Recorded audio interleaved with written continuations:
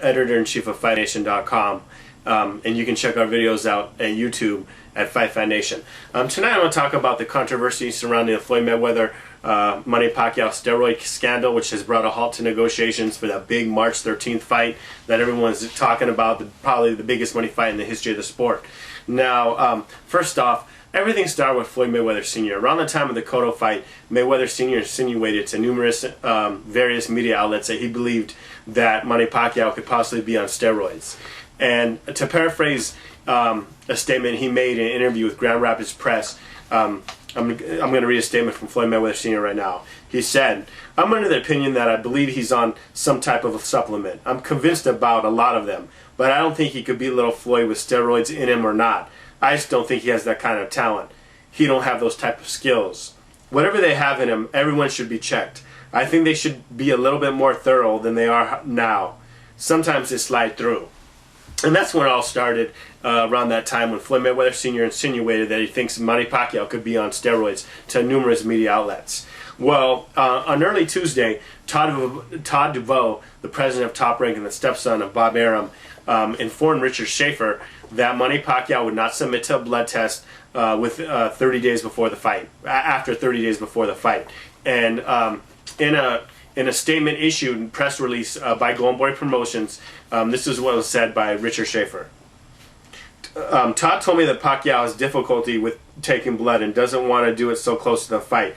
He, Pacquiao, would only agree to have blood drawn before the kickoff press conference and after the fight. It's unfortunate to hear this from Manny Pacquiao's representatives, particularly since as of today both parties have worked out all other issues related to this fight.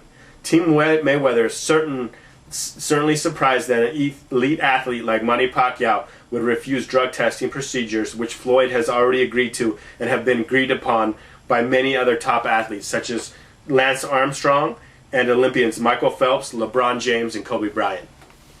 Okay, well then on Wednesday, Bob Arum came back and issued a contradictory statement, a counter statement to Top Rank's statement, and this is, to Golden Boy Promotion statements, and this is Wednesday now. This is December 23rd. This is what Arum had to say. "Let's be really clear on the real issues we differ on. It's about being tested. Manny is on board with that since it's such a major concern of Floyd Mayweather Jr. It's about who does the testing and scheduling of the procedures. Manny will submit to as many random urine tests requested. Regarding the blood test, he will subject himself to 3 tests. One given in January, directly during the week the fight is formally announced. 130 days from the fight, no later than February 13th, and the final one immediately following the fight in Manny's locker room. The major issue related to the testing rests with which independent agency will administer these tests. The USADA, the United States Anti-Doping Agency, cannot do it because they will not amend its procedures to accommodate blood testing schedule we have outlined. USADA, under its guidelines, would have the right to administer random blood tests as many times as they want to up to the day of the weigh-in, and that's ludicrous.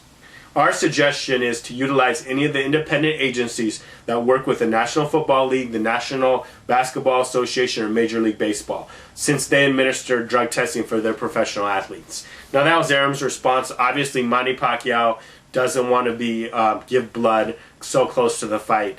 And I think he has some validity there. People were saying, I had numerous calls from friends saying, Pacquiao's on steroids. So I don't necessarily think that. I think that it's very probable.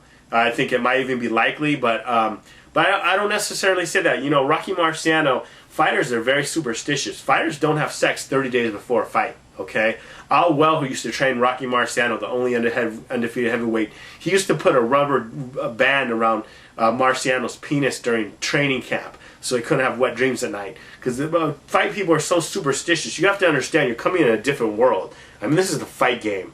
And I can understand. There's people that believe that giving blood, even such an inconsequential amount, could have a negative impact on you. And I can understand Manny Pacquiao not wanting to do it. I think they need to meet somewhere, but This is what De La Hoya. De La Hoya then came out and posted a blog on ringtv.com, and they took it down because supposedly Arum and Pacquiao are going to file a lawsuit, and he didn't want his defamatory comments to be, all over the internet. But this is what De La Hoya said when his blog was up, and you can find it. People copied it and posted it everywhere, all over the internet. This is Oscar De La Hoya's blog on ringtv.com. Let me paraphrase, or not paraphrase, let me read some of his direct comments.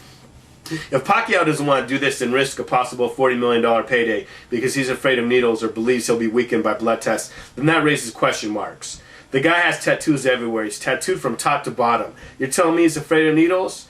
Now I have to wonder about him. I'm saying it to myself, wow, those Mosley punches, those Vargas punches, and those Pacquiao punches all felt the same. I'm not saying yes or no. I'm just saying that now people have to wonder, why does he want to do this? Why is it such a big deal? A lot of eyebrows have been raised. I mean, this is not good at all. And that was De La Hoya's comment. And Arum came back and said that, he feels everything can be picked up by urinalysis, everything. And so let's talk. He also, they also cited, lately, Dr. Keith Pine was cited on AOL Finehouse, and he thinks that a urine test will be legitimate and then they will be efficient enough to monitor any illegal drug use in Manny Pacquiao. And this is what he had to say, Dr. Keith Pine. I have more than 800 guys who are special athletes who are all drug tested, and the urine testing is sufficient that you won't miss anything, especially with performance-enhancing drugs. So yes, I believe the urine testing is more than sufficient for boxing. If you're using steroids, it's going to come up for sure in the urine. There's no way it's going to get through the liver and the kidney without being detected. But then Kevin Iole, a great writer for Yahoo Sports in the boxing section, he interviewed some experts on the subject, and this is what Travis Tygart, the CEO of the United States Anti-Doping Agency, had to say. These are his comments about the effectiveness of urine testing, and this is what he had to say. To have an effective program, you have to collect blood and urine. The reason for that is there are some things that are only detected in urine, and there are some prohibited drugs that are both very lethal and potent from a performance-enhancing standpoint that are only detected in blood. One of those, for example, is human growth hormone. There's no urine-based test for human growth hormone. It doesn't show up in the urine. It's only a blood-based test. That's true of a number of prohibited substances, particularly those that would enhance and aid a boxer. So there you have it. You have an expert from the United States Anti-Doping Agency that are used to test American Olympians, saying that urine can't test everything. You have a physician that works with the NFL that says it's sufficient. You have Bob Arum that says it's sufficient. And then today, because of all the defamatory comments that have been made about Manny Pacquiao, around 9 p.m. Christmas Eve, Arum sent a statement out which was published on LATimes.com, and he's filing a lawsuit against Team Mayweather and their representatives for defamatory comments. And this is what they